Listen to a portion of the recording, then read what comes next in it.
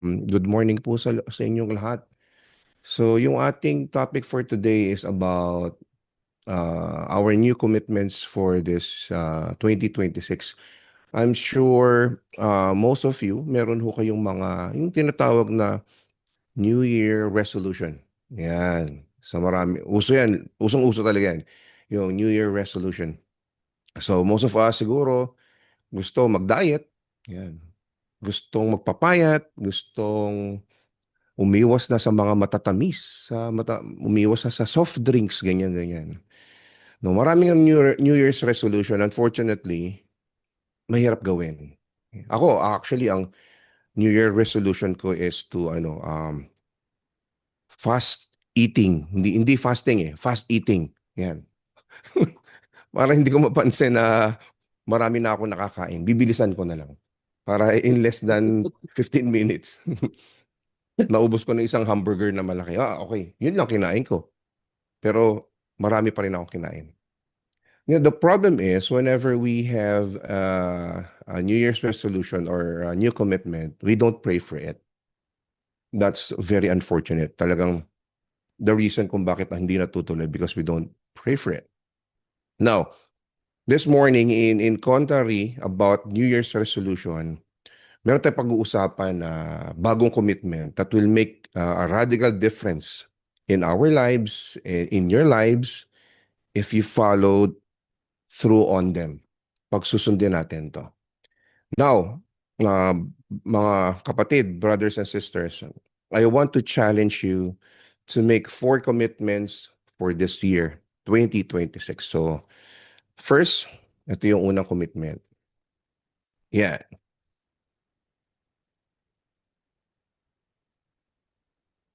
So, sabi dito, yan, commit yourself to forget your failures. Okay. 2,000 years ago, one of our first Christian leaders, which is si Paul, yung dating so si Paul, gave this a very meaningful advice. Sabi dito, forgetting what is behind and straining forward to what lies ahead. I press on towards the goal for which God has called me heavenwards in Christ Jesus. That's in Philippians 3:13-14. Now, all of us have failed in some way in our lives over this, especially this 2025. Marami tayong naging failure. Let's face it. Probably we won't see our failures recorded sa libro or recorded sa TV or recorded sa ABS-CBN, no? But definitely, they are recorded in our hearts and minds. For many of us, failures are painful memories, which is true. Most of the failures are painful memories. Maybe for you, it's a memory of how you failed in a relationship, maaring sa marriage life, o maaring sa girlfriend or boyfriend. Some of you, sa parents, maaring nag-fail kayo sa parents niyo, nasaktan yung magulang niyo. Some of you, maaring nag-fail sa children, sa mga anak niyo. But you know what? We don't need to dwell on the past. And we need to move forward to the future that God has made for us. When we receive Christ's forgiveness, it allows us to forgive ourselves and to forget our failures. Yun ang kagandahan doon. Okay, number 2, commit yourself to give up your grudges. Grudges. So sabi nga dito sa Colossians 3:13, bear with each other and forgive each other whatever grievance you may have against one another. Forgive as the Lord forgave you. Now, question, did you catch the challenge? There's actually a challenge on this verse. Merong hamon ang Panginoon sa atin. God, in those words, is actually challenging you directly and personally to give up your grudges. That is what he means when he says, forgive each other whatever grievances you may have against one another. Now, question, what is a grudge? Let's talk about the word grudge. Hindi ito yung horror movie. Baka iniisip niya yung The Grudge. Ako, kakatakot yan. Hindi po ito yung horror movie. So, what is a grudge? A grudge is a deep ongoing resentment that we cultivate in our hearts against someone else. A grudge is an unforgiving spirit that leads to unforgiving attitudes and unforgiving actions. Harboring a grudge is about nursing a dislike for someone. Okay. So hindi pala maganda ang grudge. Grudge are dangerous because they are destructive. So ano ba talaga nangyayari pag meron kang grudge sa puso mo? So grudge destroys marriages, and that's true. May galit ka eh, may sama ka ng loob sa partner mo o dun sa spouse mo, and it will definitely destroy your marriage. Dapat yung grudge na yan, inaalis yan. Number two, grudges break up families. That's true. Yung sama ng loob sa kapatid mo, sa nanay mo, sa tatay mo, it will definitely break up families. Number three, grudges ruin friendship, ang pagkakaibigan, ang fellowship sa kapwa natin, lalo na sa mga kapatiran. Alisin natin yan, yung pag-iisip ng hindi tama, yung sama ng loob, and grudges split churches. Ito rin ang sanhi kung bakit ang mga church member ay naghahati-hati, nagkakaroon ng division sa isang church, which is not good. And lastly, brothers and sisters, grudges hinders prayer. It can hinder your prayer. Saan ka naman nakakita, magche-church ka, magpe-pray ka, but may sama ka ng loob sa kapwa mo? Simple lang naman ang utos ng Panginoon sa atin, di ba? Love God and love others. How can you love others if you have grudges for other people? Now today, if you know that you are holding a grudge against someone, then God has something to say to you. He says, give it up. Isuko mo yan sa akin. Hindi mo yan dapat dalhin. Probably some of you need to forgive grievance you have against your parents for what they did or didn't do. Yung kakulangan nila o maaring yung nasaktan ka nila. Kailangan yan patawarin natin. Kailangan kalimutan natin yan. Some of you need to forgive your children for some reason. Maaring nasaktan kayo ng mga anak nyo. Hindi dahil hindi ka nasuportan at hindi ka natulungan o hindi mo naramdaman yung pagmamahal. We need to forgive them. Some of you need to forgive a partner, your spouse, for emotional or physical abuse.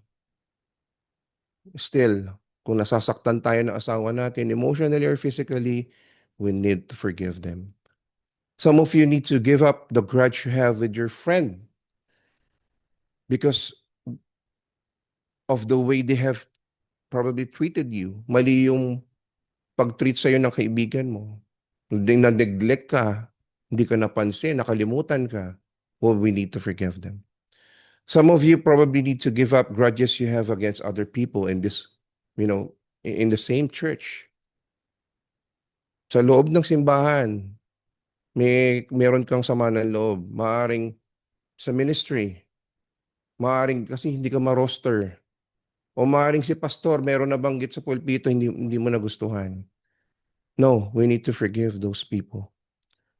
What better time to make that difficult decision to forgive than this new year, this 2026? Now, don't tell me that you cannot forgive people. Because what you really mean when you say that you cannot forgive, it means you don't have Christ in your heart. If Christ can forgive you, if Christ can forgive your sin, despite it involves the pain on the cross, then surely you can also forgive other people. You can give up your grievance, whatever the cost. Kasi even Jesus Christ, He gave up His freedom to live freely like a human being, but He gave up His life to the cross for us to be saved. You need to give up yung pride. You need to give up yung galit na yan. You need to forgive those people who hurt you. Though the question is, will you do it? Now, next. Number 3, commit yourselves Commit yourself to restore your relationship. And now, I just remember when I was still studying computer science, yung old Windows 95, every time I turn on the computer, there's a little window pops up and ask me if I want to run a check to see if all my programs are all working. Ngayon kasi wala na ganun eh. Now, God, in His words, uses a very similar invitation. It is the invitation not to check to see if your computer software is working properly, but to check whether our personal relationships are working properly. Here is how the Lord issues the challenge in us. It is possible. If it is possible, as far as it depends on you, live at peace with everyone. Nakasulat po yan sa Romans 12:18. The Lord wants you to do everything you can to restore any broken relationships that you have gone wrong in your life. But let's be honest, some of our relationship have gone wrong because of what we have done also.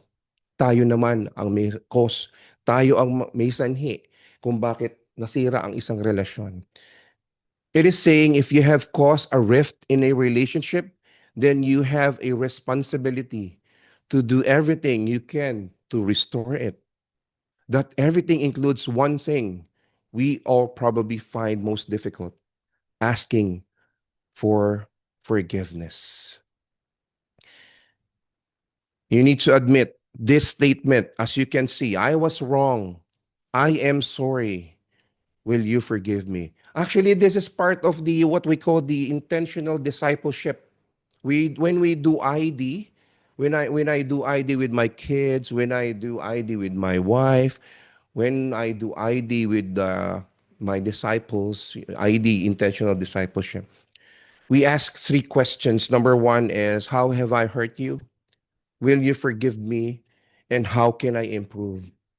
And those questions are actually hard. But I am certain that some of us need to ask for forgiveness for our wrongdoing. Sometimes hindi sila eh. Most of the time tayo. That's why nakakasakit tayo ng tao. The most significant thing that you can do to mark this new year is to not set off a firework, but to admit your past errors, na nagkamali rin tayo in a relationship, and we need to humbly seek forgiveness from the heart for those people who we have hurt. Question: will you rise to that challenge and make a commitment to restore your broken relationship in this new year? Well, actually, that's the challenge na mahirap. Yan. I am certain that some of us need to ask for forgiveness. Most of us talaga. And you need to ask for forgiveness. And I'm challenging you to restore that broken relationship. Number 4, and the last, commit yourself to turn your back on your transgression. Talikuran na. Huwag nang balikan. Listen to these words from Romans 6:2. Do not let sin control the way you live. Do not give in to its lustful desires. We are no longer slaves to sin. Sabi sa Romans 6:2. Besetting sin. I have asked I have to ask you, is your spiritual life crippled because you have learned to live with a besetting sin? Can you ask yourself, do you have a quick temper that you constantly give into? Mabilis ka bang magalit? Mabilis ka mapikon? Or a caustic tongue that loves to assassinate other people's character or wound their feeling? Yung pananalita mo masakit, nakakasira ka na ng ibang tao. Have you learned to live with that critical, judgmental attitude? You know is wrong, mapanghusga. Nakita mo lang si brother ganto, kasama si sister ganto, ba? Napag-iisipan na natin, may relasyon siguro ito. Critical, judgmental attitude. How about Do you have any sexual sin that you keep on giving into, like pornography or lust, looking at other people, like let's say sa babae, nakita, wow, sexy, ganda. And then you're thinking, oh, gusto ko to. Oh, how about naman, have you been going too far with your boyfriend or girlfriend, yung tipong nagpiprimarital na ba? Now, let's be clear about this. Jesus broke the power of sin. The Holy Spirit can give us the power to resist sin. And all of that means that you don't have to go into this new year, to this 2026, is still being defeated by the same old sin. You can have the victory over it. God says you are no longer a slave to sin. So don't live like one or act like one. When we receive Jesus Christ in our lives as our Lord and Savior, He gave us the Holy Spirit. The Holy Spirit indwell in us. And that Holy Spirit is our helper, Parakletos, that can actually guide us to do what is right and avoid what is wrong. Now, it all boils down to this. Will this new year be just a regular calendar changing event for you, or are you willing to rise to these challenges from God's word and make these commitments and so make it a life-changing event? Here are some questions that I want to ask you. Are you willing to make these four commitments? Will you commit yourself to forget your failures? Will you commit yourself to give up your grudges? Will you commit yourself to restore your relationship? Will you commit yourself to turning back on your transgressions? This new year will really be something to celebrate if you make forgiveness the heart of what is all about you. Now you have the courage right here today to do these things for this 2026. Number one, to forgive yourself and forget the past. Number two, to forgive others who have hurt you and forgive whatever grievances you have. Number three, to ask for forgiveness from those you have hurt. And as far as it depends on you, live at peace with everyone. And lastly, to ask for God's forgiveness and no longer be a slave to sin.